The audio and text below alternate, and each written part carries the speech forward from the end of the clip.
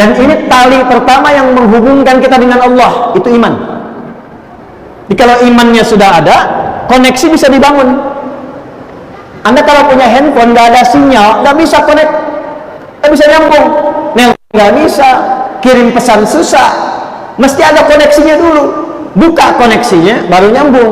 Hal yang mengoneksikan kita dengan Allah supaya dapat ala hudam mir rabbihim, dilindungi Allah, dipandu Allah, dibimbing Allah, dijaga Allah. Apa koneksi pertamanya? Iman.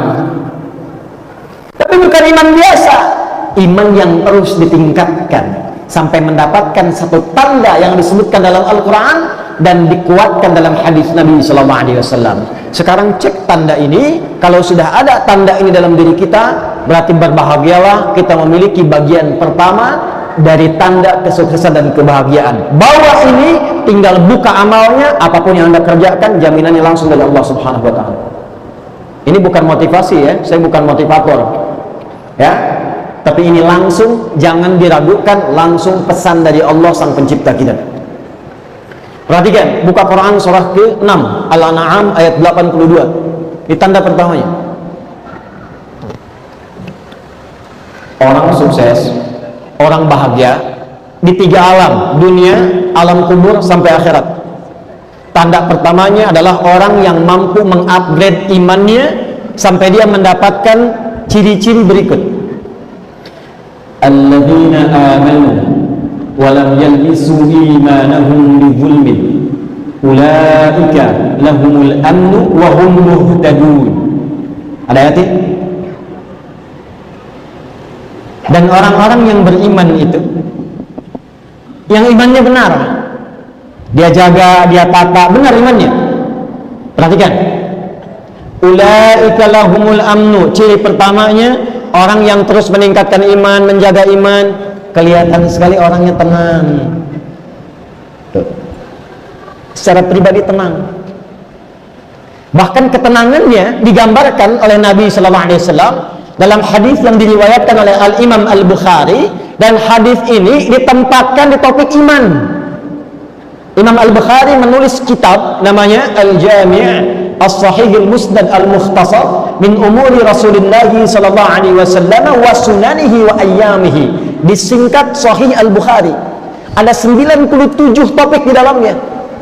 Pertama, kitab Bad'ul Wahyi, kedua kitabul iman, ketiga kitabul ilmi sampai ujungnya tentang kiamat dan syafaat.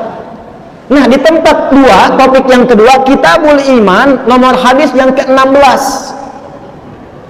Dan dikuatkan oleh Sunan At-Tirmidzi. Al-Imam At-Tirmidzi menguatkan di kitab sunannya nomor hadis 2624, 2624. Perhatikan kalimatnya. Kata Al-Quran, ulaika lahumul amnu. Orang yang imannya benar, terus di-upgrade, terus naik, gak bercampur ya dengan hal-hal yang mengotori iman, sampai dipastikan dia mendapatkan kenikmatan iman. Maka yang pertama kata Allah, ulaika lahumul amnu. Dia mendapatkan ketenangan dengan imannya, tenang, nyaman. Apa ciri terlihat dari ketenangan imannya itu? Talatatun man kunna fihi wajada halawatal iman. Ada 3 hal pokok yang kalau dia mendapatkan 3 ciri itu, dia mendapatkan nikmatnya iman. Insyaallah. 1, ayyakuna Allah wa rasuluhu ahabbu ilaihi min siwahuma. Dia menjadikan Allah dan Rasul sebagai prioritasnya Allah dan Rasulnya. Contoh gini, dia mau makan nih, apa makanan yang dibenarkan oleh Allah? Yang halal misalnya, ya ayyuhan nasu kulu mimma fil ardi halalan thayyiban. Maka halal itu membimbing imannya.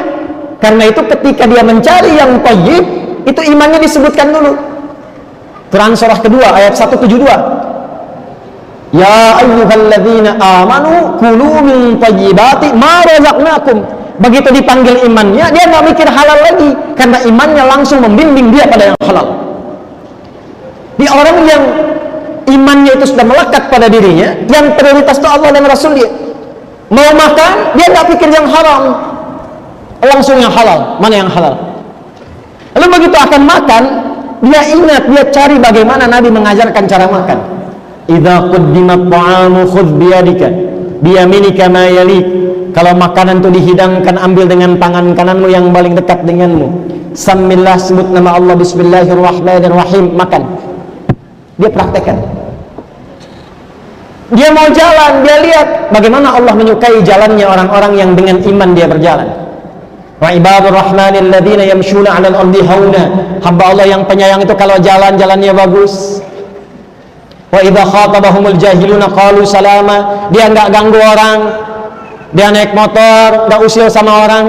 Dia naik mobil enggak merasa hebat. Dia jalan kaki enggak merasa tinggi. Dia hormati orang lain.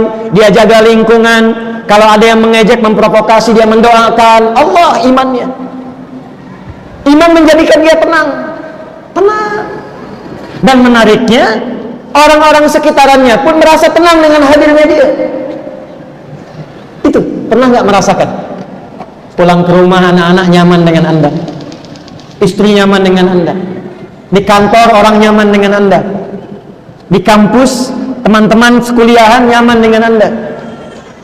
Terus upgrade diri sampai merasakan ketenangan itu dan menjadikan tuntunan Allah dan Rasul sebagai prioritas.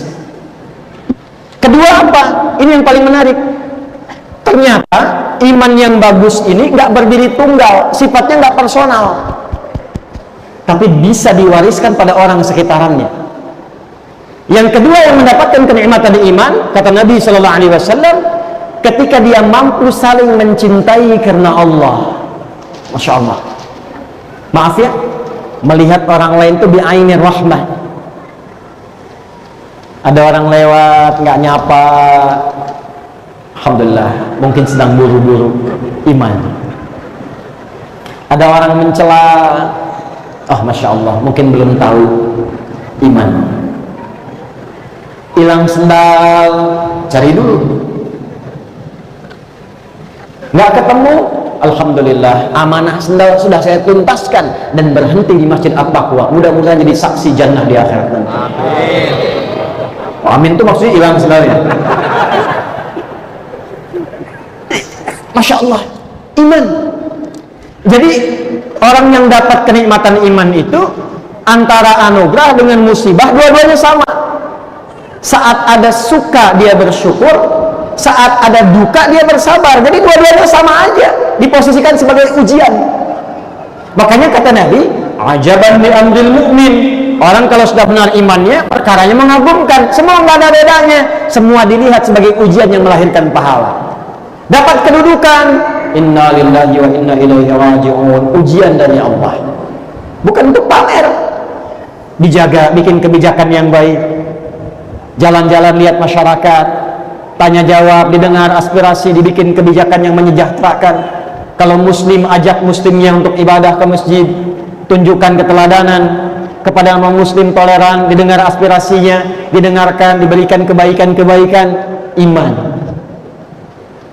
Ikut kontestasi nggak terpilih, alhamdulillah, alhamdulillah, dia sabar dengan itu, tetap dia berbakti dengan ilmu yang dititipkan oleh Allah kepadanya. Jadi antara suka dengan duka posisinya sama. Saat suka ada syukur, saat duka ada sabar. Semua ujian. Itu ajaban. Yang ketiga, dia konsisten pada kebaikan dan imannya menjaga dia pada keburukan sampai di level nggak suka ketika merasakan atau melihat sesuatu yang tidak baik. Bisa ada tayangan TV misalnya, tayangan nggak bagus, nggak sengaja terlihat, bukan cuma dipalingkan. Apa tayangan seperti ini nggak layak ditonton, ganti aja. Kalau semua channel begini, ganti channelnya sekalian. Iman. Ini orang beriman itu semua yang keluar manfaat. Makanya ujung ayatnya Allah sampaikan, perhatikan kalimatnya, wa hum muhtadun ulaika ala hudan mir rabbihim. Ala hudan itu kalau melekat kepada orangnya disebut muhtad, jamaknya muhtadun, orang yang ditunjuki oleh Allah. Nanti hasilnya apa? Semua bagian tubuhnya, ini bagian pertama, semua bagian tubuhnya dari ujung kepala sampai ujung kaki, ya, itu semuanya dibimbing oleh imannya supaya mengerjakan semua yang bermanfaat. Jadi kalau kita riset dari ujung kepala nih, contoh gini, mata nih ya, mata itu fungsinya melihat. Tapi kalau sudah sampai ke level ini, mengupgrade iman, sehingga merasakan iman itu hadir dalam jiwa, bukan cuma getaran, tapi hadir dalam jiwa. Jadi ada level pemula, itu level getaran, dikonfirmasi oleh suara adzan. Dalilnya Quran surah 8 ayat yang kedua, innamal mu'minuna alladzina idza dzukirallahu wajilat qulubuhum. Orang yang punya iman itu cirinya diantaranya bisa diuji, kalau diperdengarkan nama Allah ada getaran konfirmasi di jiwanya. Karena itu 5 kali dalam sehari diperdengarkan nama Allah, didengar telinga kita. Telinga ini bahasa Arabnya uzun, jamaknya adzan. Adzan itu jamak dari kata uzun, artinya telinga.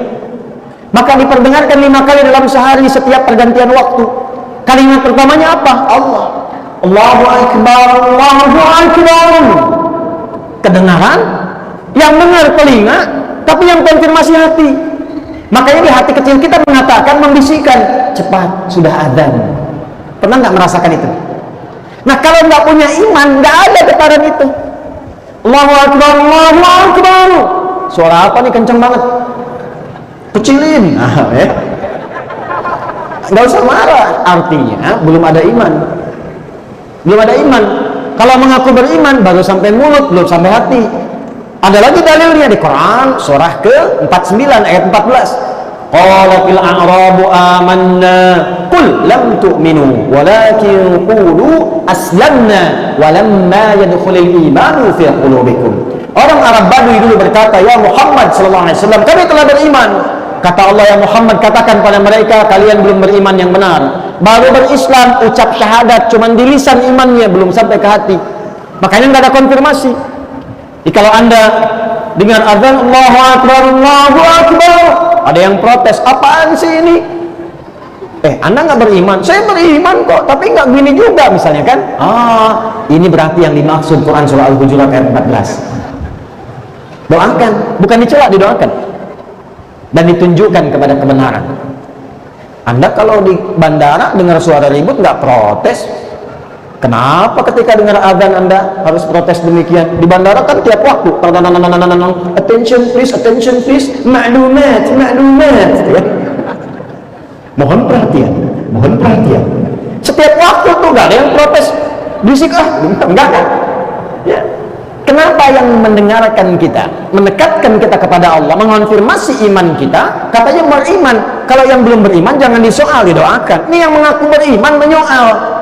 Itu yang patut digarisbawahi. Itu konfirmasi dasar. Nanti kalau sudah melekat menjadi yu'minun, orangnya mukmin, jamaknya mukminun, maka imannya bukan hanya jadi getaran, tapi jadi sinyal yang membimbing semua bagian tubuh. Maka ketika mata akan melihat, Allah memerintahkan pada imannya, bimbing matanya. Quran surah ke-24, surah Cahaya, An-Nur, ayat 30 untuk laki-laki, 31 untuk perempuan. Qul lil mu'minin, imannya dulu, yaghuddu min absarihim. Katakan pada pria-pria yang merasa sudah mukminin, punya iman, mengupgrade imannya, yaghuddu min absarihim, bimbing pandangannya, lihat yang baik. Yang tak baik menurut imannya palingkan. Makanya mata ini ketika melihat objeknya netral semua, apapun yang dilihat. Tapi yang membedakan nanti iman. Ini gambar agak bagus, nih kata imannya. Kalau akal itu cuma mencerna, akal itu cuma merumuskan. Iman itu memberikan nilai pada pencernaan akal. Diperintah akal, rumuskan itu nggak benar. Kalau nggak punya iman dianggap benar aja. Makanya saya kemarin di Amerika, saya nggak lihat ya, dengar cerita aja gitu. Ya, yang aurat tampak gambar biasa, yang sana sini. Alhamdulillah Ustaz datangi musim dingin. Kalau musim panas, di sini katanya terbuka semua. Ke dalam hati Ustaz emang lihat gitu. Ya. Jadi kita lihat ya gambarannya apa? Itu dianggap biasa karena nggak ada iman. Menurut akalnya itu pakaian terhormat. Menurut akalnya itu biasa. Menurut iman itu nggak biasa, mengumbar syahwat, bisa memancing maksiat, bisa menjadikan perilaku yang tidak normal nantinya. Sedangkan manusia itu makhluk terhormat, diciptakan itu dengan mulia. Quran surah 17 ayat 70, walaqad karramna bani Adam, kami telah muliakan, kata Allah, dengan keagunganku semua anak cucu Adam. Makanya Allah jaga supaya semua bagian tubuhnya mulia, dipakein pakaian supaya mulia, dibedakan dengan binatang, dijaga supaya lisannya tidak bertutur yang tidak mulia, dijaga supaya tangannya tidak bertindak yang tidak mulia, dijaga supaya pandangannya tidak menatap yang tidak mulia, dijaga untuk kemuliaan. Makanya muncul hukum haram. Haram itu seakar dengan kata hurmah, hormat. Kenapa muncul haram? Menjaga kehormatan supaya tidak hilang martabat kita di hadapan Allah Subhanahu wa taala. Sebab kalau sudah maksiat, kehormatannya runtuh. Coba diviralkan. Ini ada anggota dewan fulan, hobinya nonton film porno misalnya. Terus viral, kehormatan Anda runtuh. Ada orang mencela, ini ustadz senangnya mencela, yang didapat bukan ilmunya, aibnya yang menyebar, kehormatan Anda runtuh. Makanya turun iman membimbing tubuh kita, menjaga kita menjadi terhormat, dan muncul hukum haram bukan ingin menyulitkan, tapi menjaga kehormatan. Qul lil mu'minin, katakan bagi yang punya iman, yaghuddu min absarihim ghaddul basar. Imannya yang membimbing nanti. Ini enggak bagus, palingkan. Ini mengundang syahwat, jangan pertahankan, alihkan. Ini merusak pikiran, jauhkan. Saya punya kawan, dia sekarang kuliah di Kanada. Teman sekamar saya di pesantren, spesialisasi di bidang neurologi. Jadi kajiannya itu mengkaji saraf yang menyambungkan ke otak.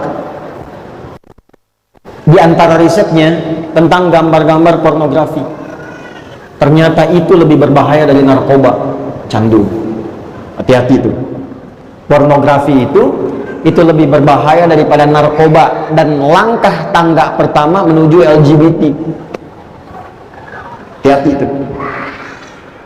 Jadi kalau ada orang, bukan kita ya, misal nih, terbawa arus lihat gambar yang tak layak, itu jadi candu, langsung nyangkut di memorinya, dijaga oleh setan.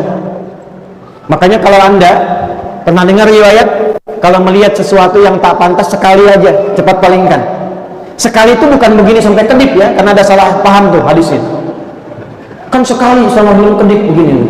Astagfirullah, begini. Cepat palingkan. Ya, selanjutnya setan. Sebab sekali melihat, nyangkut nanti di memori kita tuh. Dan setan bermain di situ. Itu Masya Allah bisa lebih cepat hafal dan ingat sampai bayangannya dibandingkan dengan mushaf yang kita baca tiap hari, dan bisa merusak. Nah, itu yang dijaga oleh Islam. Iman kita menjaga, palingkan supaya tidak merusak. Sebelum jadi perilaku, ada pornografi, ada porno aksi, beda. Pornografi dalam konteks apa? Interaksinya pandangan, pendengaran, kata-kata. Kalau sudah porno aksi dilakukan, nah itu pengantar pada keburukan. Iman datang membimbing supaya kita tetap dalam kemuliaan. Imannya dulu. Perempuan sama ayat 31-nya. Wa qul lil mu'minati yaghuddna min absarihin. Dari mata turun ke mulut dulu, baru ke hati. Dari mata turun ke lisan. Lisan iman dulu, baru lisannya. Quran surah 49 ayat 11 sampai 12. Ya ayyuhalladzina amanu la yasra qaumin qaum la yaghtab ba'dukum ba'dha. Hei orang-orang yang telah punya iman, imannya dulu. Pasti kata Allah, iman itu akan menjaga lisanmu dari sifat saling mencela. Aku berikan lisan bukan untuk mencela merendahkan orang lain. Aku jadikan lisan untuk berkata yang mulia, yang baik-baik. Tak mampu diam, maka muncul hadis Nabi. Man kana yu'min, pakai yu'min, iman yang diupgrade.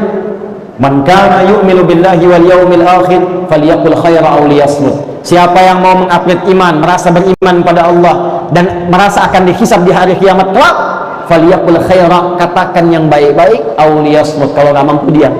Iman. Sekarang saya tanya tuh, maaf ya, maaf, dari tubuh kita aja nih, udah nyampe belum ke derajat ini? Makanya Nabi itu nggak ngasih dunia dulu.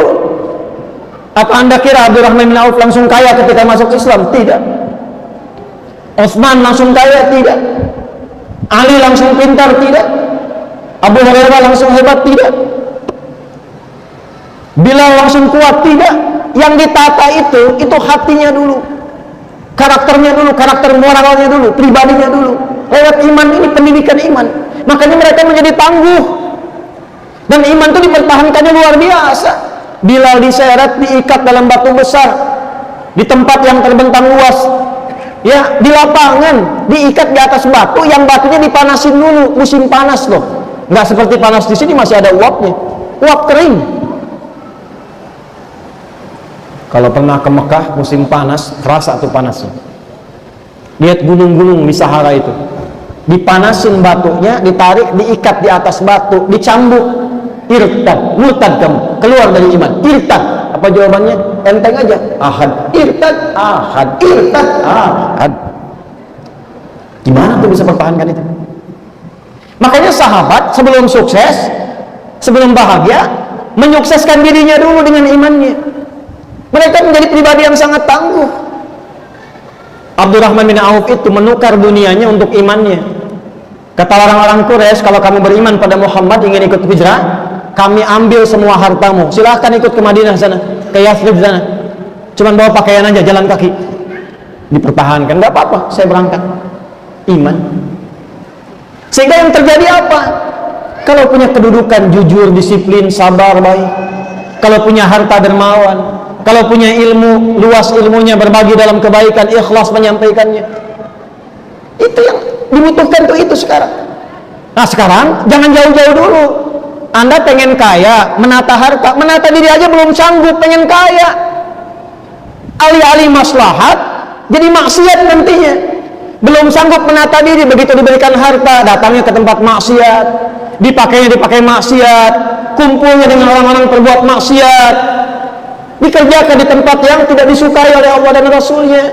Makanya sebelum sampai dapat amanah harta, kedudukan, ilmu, apa yang dilakukan? Perbaiki diri dulu, supaya memandangnya yang baik, mendengarnya yang baik, berucap yang baik, berjalan ke tempat yang baik. Begitu dititipkan kedudukan, andanya sudah baik, maka kedudukan itu ditempatkan pada tempat yang baik. Ya, jadi kadang-kadang kalau Anda bekerja belum dapat sesuatu, jangan langsung disimpulkan. Jangan langsung disimpulkan. Boleh jadi Allah menginginkan kita baik dulu, lalu semua hasil ikhtiar kita akan dirapel semuanya, diberikan dalam akumulasi bentuk yang lebih besar. Kadang-kadang kita nggak sadar. Usaha sebulan nih, nggak dapat nih. Tapi begitu di hari yang ke-30, dapatnya lebih banyak dari biasanya. Itu bukan dapat lebih banyak, itu akumulasi keringat Anda selama 29 hari. Tiba-tiba Anda nggak nyari, teman datang nawarin proyek. Itu ikhtiar Anda selama 29 hari.